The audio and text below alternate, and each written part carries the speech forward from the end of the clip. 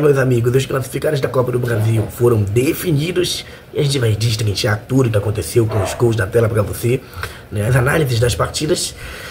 E agora, com a eliminação de Flamengo e Palmeiras, quem são os favoritos a vencer essa Copa do Brasil 2025? Eu sou o Luciano Rodrigues, bora pra cima, bora trabalhar aqui no canal Gigantes do Brasil. Lembrando que domingo agora teremos live, né, mais uma live, a última live foi um sucesso, tivemos participações especiais, né, e eu peço para você se inscrever no canal, ativar o sino da notificação, né, para não perder as nossas lives, nossos conteúdos do canal Gigantes do Brasil. Também tem o TikTok Gigantes do Brasil e o Instagram @Gigantes do Brasil também para você que seguir aí. Como você pode ver, eu represento o Corinthians aqui no canal Gigantes do Brasil, o Corinthians que se classificou nessa Copa do Brasil. Eu queria começar falando de Bahia e Retrô, né, que foi 3-2 o primeiro jogo e 0-0 o segundo. E o Bahia, né, que jogou na Arena Pernambuco e acabou empatando em 0-0 com o Retrô.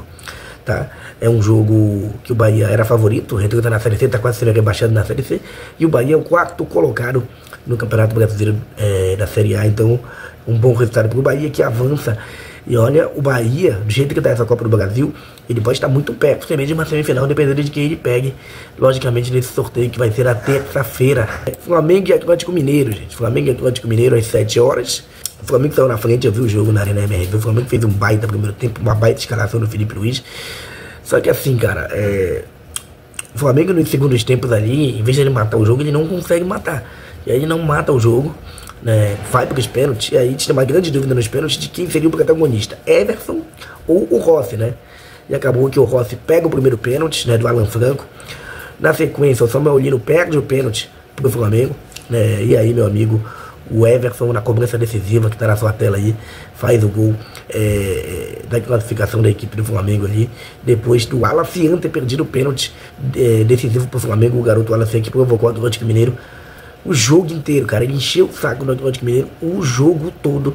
E mesmo assim, ele conseguiu perder esse pênalti, jogar a bola pra cima e eliminar o Flamengo, né? Felipe Luiz na coletiva disse que o torcedor tá pegando muito, torcedor de rede social, né? Que leva em consideração algumas falas, algumas narrativas.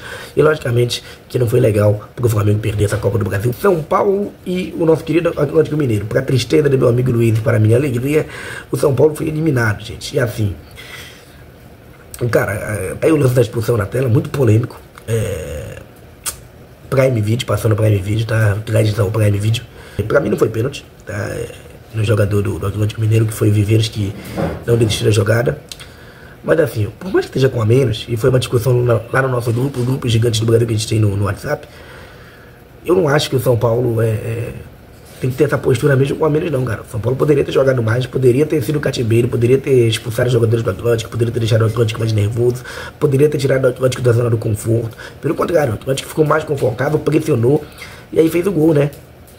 Fez o gol. E outro detalhe que me chama a atenção, cara, o Jandrei. Porque assim, o Jandrei falha no gol, na minha opinião ele falha no gol, e de uma forma grotesca. Gabriel, se tu passa o gol aí, passa de novo. Porque olha aí, ele falha no gol, na minha opinião. E segundo, cara, segundo e não menos importante, aliás, mais importante, o São Paulo perdeu 3 cobranças de pênalti, cara. São Paulo perdeu 3 cobranças de pênalti, impressionante isso, cara, impressionante. Mas fazer o que, né? São Paulo eliminado pelo Atlético Paranaense 3-0 nos pênaltis. São Paulo que veio numa sequência de 5 vitórias. Internacional e Fluminense, gente. O Fluminense saiu na frente, o Fluminense que venceu o primeiro jogo por 2-1 no Beira-Rio e empatou no Maracanã 2-1, tá? Acho que o Fluminense ali venceu um baita adversário. Está numa crise ainda pior na equipe do Internacional, que tá muito mal. E cara, que situação do Internacional, hein, bicho? Que situação, tá mal mesmo, tá? Muitos jogos perdendo o Internacional ali.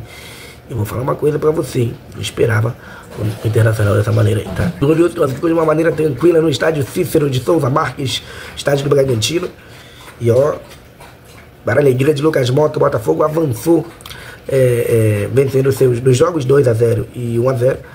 O Bragantino saiu na frente, mas o gol foi anulado e logo depois o Botafogo fez o seu gol. O Red Bull teve jogadores expulsos na partida, teve reclamação com a arbitragem e o Red Bull Bragantino está fora da Copa do Brasil. O Botafogo avança e olha, mereceu avançar, não tomou gols, 3-0 no agregado, 2 partidas tranquilas e dá uma certa tranquilidade ao Botafogo que não vive bons momentos fora do gramado aí, tá? a Holding, o John Texel, tá muita briga, uma confusão. Essa vitória serve para dar uma aliviada em relação ao Glorioso, tá? Bora falar do derby, gente, bora falar do derby, porque olha, vou falar uma coisa pra vocês aí, tá complicado, hein? Alô, Aécio, que situação, hein, cara? 3-0 pro Corinthians num segundo jogo ainda mais fácil do que o primeiro, cara. Ainda mais fácil do que o primeiro, sinceramente. Foi muito fácil pro Corinthians. O Corinthians passou o carro no segundo jogo, mereceu a vitória. E o que me chamou a atenção, gritos para Abel Ferreira. O Abel Ferreira sendo xingado pela primeira vez. Pressão do Abel Ferreira, e segundo informações do UOL, ele não gostou muito não. Dos bastidores ele não gostou. Tá sendo usada muita palavra ingratidão, logicamente, que eu estou me baseando pela notícia do UOL, tá, galera? Se eu não tiver errado. Enfim, então, é isso. Mas que o Abel tem que ser cobrado, tem. O Palmeiras não pode jogar do jeito que jogou. O Corinthians se sentiu à vontade o jogo inteiro. E o Aníbal Moreno foi cabaça, né? Vamos falar a verdade, ele foi muito cabaça. Fez o pênalti, né? O pênalti não, foi expulso.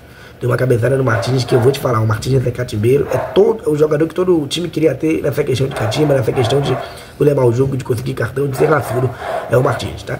O Corinthians fez o primeiro gol com o Matheus Bidu, de contrato renovado, de pé direito, grande Matheus Bidu.